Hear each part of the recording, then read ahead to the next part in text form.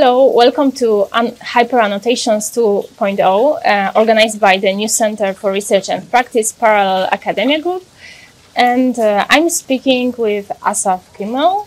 And my first question is to maybe you could introduce yourself and tell us more about what we will see in the Israeli pavilion. Hello, I'm Assaf Kimmel and I'm an architect based in Berlin.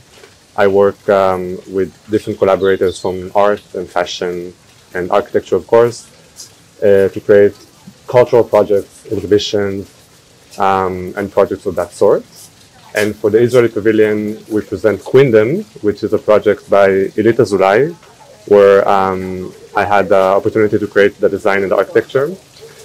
It is a realm of an interconnected Middle East in which Ilit uses a forgotten archive of metal vessels of Islamic art to create photomontages that create a new kingdom that is questioning information transfer and knowledge production. And you could see different architectural interventions in the pavilion, in which this queendom emerges from a very modernist building. So for my part, there was interesting work with the building itself, which was created in 1952 by an Israeli architect with a German tradition. So it was a building that was looking out to the west and creating a building that resembled a villa in the international style. And part of what we did was to reconfigure the building from west to east. So now the main entrance is back from the garden, facing the Middle East and facing the origin of Afghanistan and other regions in the Middle East where the metal vessels arrived. So they are the raw material that creates this exhibition. And we're working a lot with the ultramarine blue, which was originally created with the lapis lazuli pigment that also arrived from Afghanistan via Italian traders to Venice and from here to Europe. So it was a very expensive pigment, but that originates in the Middle East.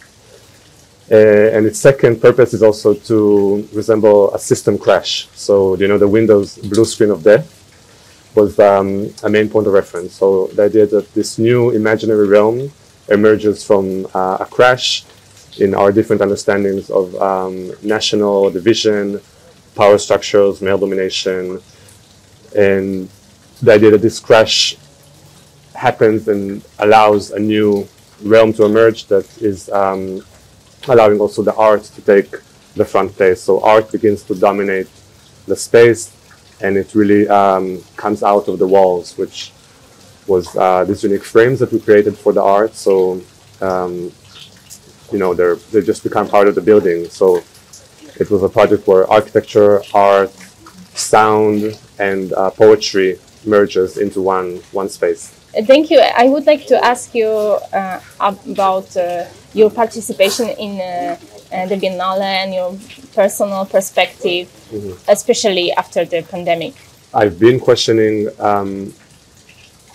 large art events already during the pandemic. Last year, I co-curated the UAL Industrial Biennial in Russia, together with Adnan Misal Yildiz and Chala Il, and we were tasked to create a biennial during a pandemic and in Russia, which now seems crazy, but it had all these issues of, you know, from transportation to COVID restrictions, and we're questioning the validity of and the purpose of art transportation and traveling for art, and I think it's still really, really valid now. I think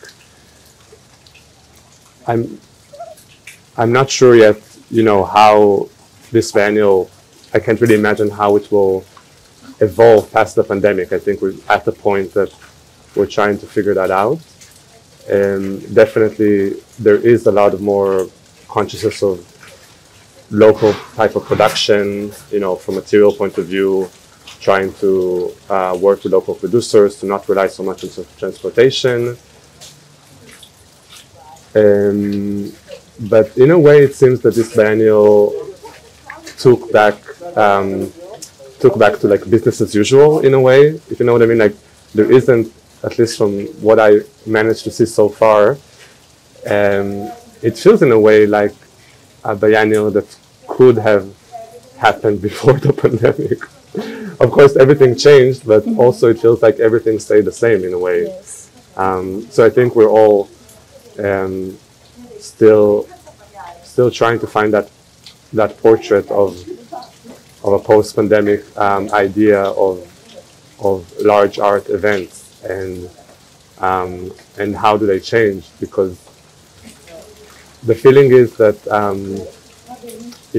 there's a war happening, there's a pandemic happening, and yet here we are in Venice, and it's lovely to be here. I think that it's still an open question, and I know I'd be curious to see how later editions question that more. And from my perspective, from the architectural point of view, questioning new forms of living and working, and new methods of construction from the post-pandemic point of view. So honestly, I don't have an answer. I'm super happy to be here, and I think we tried in the Pavilion to question this idea of transformation. So this Pavilion questions ideas of appropriation and ownership of images. So it's all created by creating these exposed appropriations in the architectural interventions. Behind me you can see these columns that we've created out of the archive of David Storm Rice, which was the scholar that traveled the Middle East to find these metal vessels. And here these columns are abstracted, and they're blue, and they're flocked, and they're soft. They're part of the crash, and they make the appropriation very evident, which is something that you can see in our neighboring U.S. pavilion, where the appropriation is also evident. So, I can sense some common themes also relating to the concept of the biennial, the Milk of Dreams, the idea of personal transformation through different surrealist forms. So these photo montages that Elite created in the pavilion are not entirely legible, but you can imagine within them different types of transformations in national perspective, patriarchal perspective. Thank you. And maybe you could tell us more. What do you think about the general topic of the Biennale, Venice Biennale, the surrealism, putting it back to the light? How does it correspond with the reality we are confronting with? So I mean, I'm not an art historian, and I'm looking at it through a spatial point of view, and I think this ideas of the effect that this surrealist creations have on our body as we visit the different pavilions. This was for me the interesting moments through different senses, visually, through different sound and sensory effects.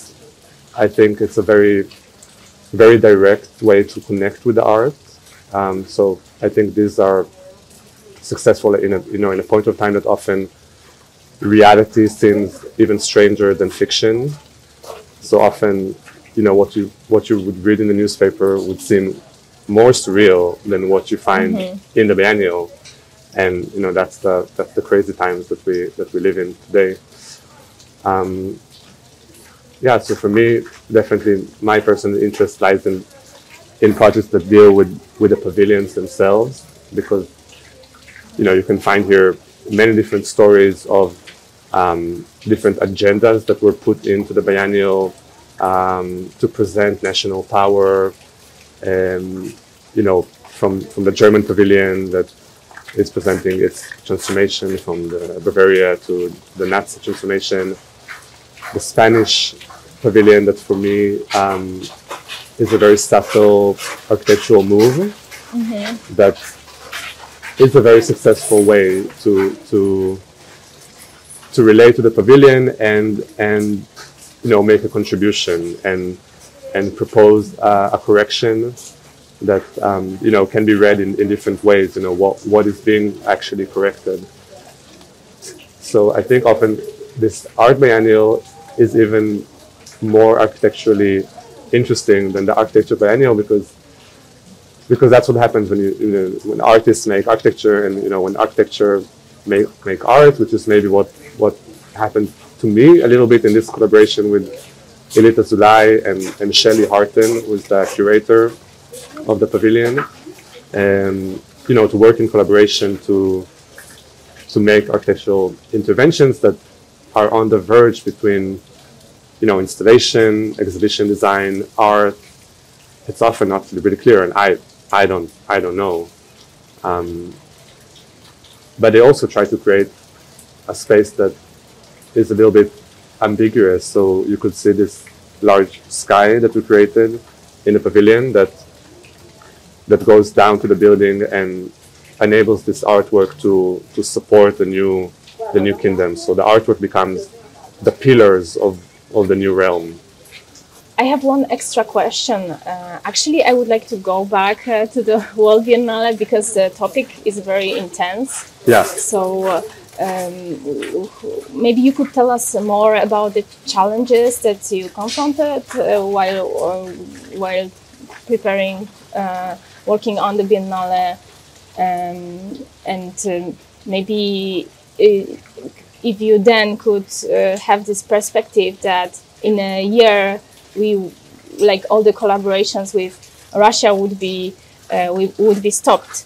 If you could somehow predict that, I think this would be very interesting to hear. I have many colleagues in Russia, and I'm very glad that I had the opportunity to work all of last year in Russia and meet many interesting thinkers and architects and artists. I hope that that they would find the right platform to return to the biennial. I mean, I'm not so much an advocate of cultural boycotts. Also coming from Israel, which is a country that deals with the idea of a cultural boycott. I think it's a relevant topic, and I respect those who support it, and I'm definitely not defending the Israeli government in any way. So I think the biennial, if anything, should be a place of conversation and should be a place to expose all the horrible events and to discuss them. And I do believe that it's always better to have a conversation than to not have it. But often that's also a very powerful tool. So of course I think it was the right move to have the pavilion closed this year. I was hoping that the Ukrainian pavilion would be able to use the space, to use the building. And personally, for my colleagues in Russia, I'm thinking of them, and many of them are currently out of Russia. They just immediately were lucky enough to be able to travel and to be away.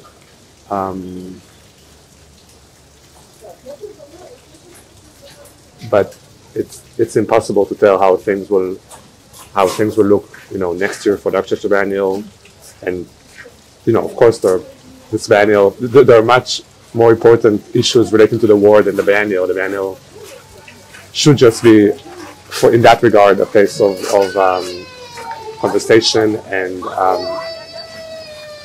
a platform for people to discuss this tragedy. Thank you very much, Assaf, for our conversation.